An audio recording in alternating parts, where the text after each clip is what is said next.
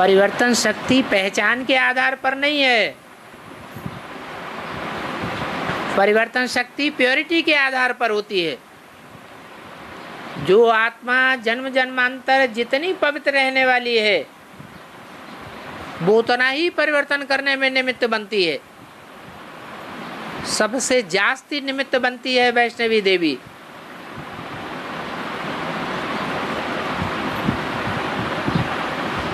क्योंकि ज्यादा से ज्यादा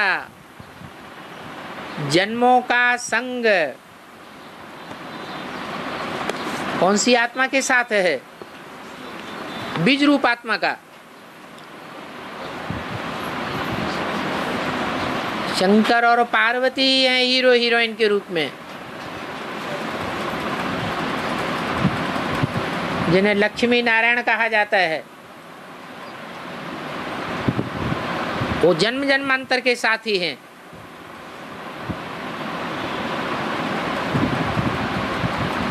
लक्ष्मी वाली आत्मा जन्म जन्मांतर तक नारायण के समीप रहने वाली है, इसलिए उसमें सबसे जास्ती परिवर्तन शक्ति है।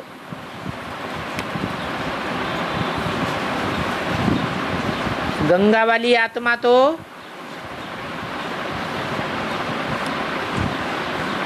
सन्यासियों की बीज है। सन्यास धर्म तो बाद में आता है, और अनुसुईया या काशी नगरी ये तो रुद्रमाला का सेकंड मणका है। 8 मणकों में दूसरे नंबर का मणका। जो राजा बनने वाली आत्माएं हैं उन राजा बनने वाली आत्माओं में श्रेष्ठ आत्मा है।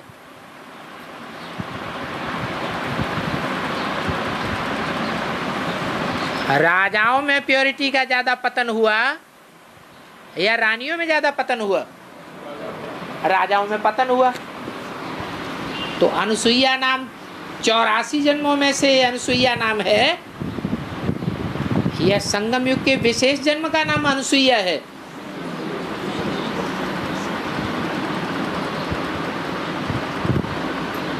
तिरसठ जन्मों का हिसाब किताब प्योरिटी में परिवर्तन ला देता है। रुद्रमाला पुरुष प्रवृत्ति वालों की माला है। पुरुष प्रवृत्ति वाले चाहे जैसे ही चोला धारण करने वाले हों, चोला तो एक जन्म स्त्री का पुरुष का मिलता ही है,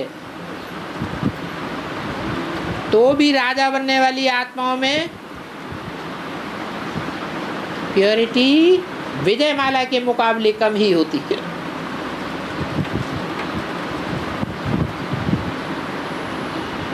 इसलिए परिवर्तन शक्ति का मुकाबला वैष्णवी शक्ति के हिसाब से और किसी के द्वारा किसी के साथ नहीं हो सकता।